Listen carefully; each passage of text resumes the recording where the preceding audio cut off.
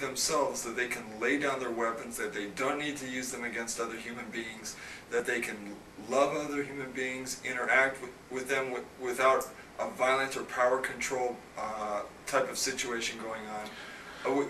I'm not saying that there aren't some human beings here that definitely don't have some serious problems. I'm not saying that at all. There are some who do. But the bottom line is, when you look at the whole picture and you go up the ladder, okay, we are not the enemy. The enemy isn't human at all. But it's pushing all our buttons so that we're so busy looking at each other and so neurotic about each other that we're not looking at the real reality here, the real cause, which is another race or races that are here who are totally playing games with us, feeding off our energy, and hoping that we destroy ourselves so that they can keep the planet themselves. And really, let's say who it is again. It's the Orion Group. It's the Orion Group. It's a group that is on its way here now from Alpha Draconis. They're the real culprits behind this whole deal. Alpha Draconis or Orion, or both those two? Alpha Draconis. They're the real culprits behind this whole thing. Above Orion, above the Orion Group. Yes. Okay. Yes. So then there's Orion. Then there's Orion, the Orion Group. Then you've got the Greys. And where did the Giza intelligence fit in here? They were just a group that were totally independent, that came in and did their own thing. They were perceived as gods, and they played the role out. And they got stuck in it. You know, they got stuck in the ego part of it. We're gods, we can do this, we have all this technology, and they just played it out for all that it was worth. Okay. But to be honest with you, at this point, they're not really much of a factor anymore. You know, Giza intelligence, they're not much of a factor at all anymore. What should a human being do if they encounter a renegade Zeta Reticuli? What would your advice be? Stand in their truth. If you can't run, stand in your truth and just look at them. If they try to project their thoughts into your head, you just stand firm with who you are and you say, no, you are not coming into my head, you are not taking me over, and you are not going to violate my free will.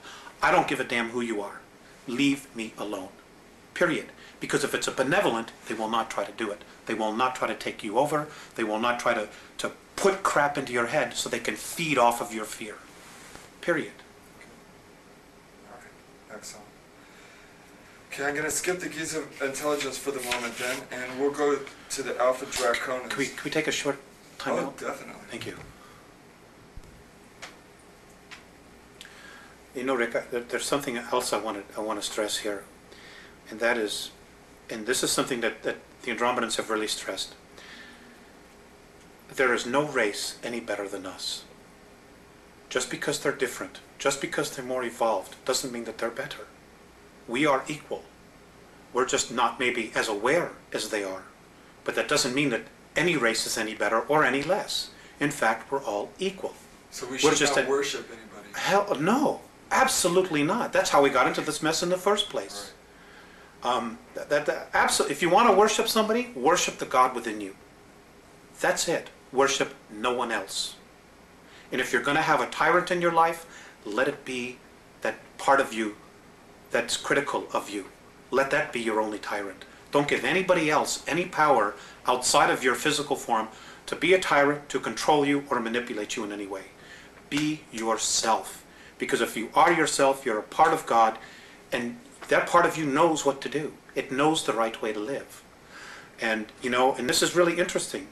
Because of our genetic makeup, of the 22 different races, and all of the DNA and the racial memories that we have and the genetics that we have, because of the fact that we are spirit, do you know, and this is an incredible thing, do you know that the Andromedans actually consider us royalty? They consider us royalty. We obviously aren't acting like royalty, but we're the only ones in our galaxy that can make the claim to having the genetics that we have and the possibilities and the capabilities of doing what we can do as a race. We're the only ones. They actually consider every single one of us royalty. Now, think about that. I guess all beings that would try and be spiritual and raise their spirituality in essence would be royalty. Yes, I suppose that's true.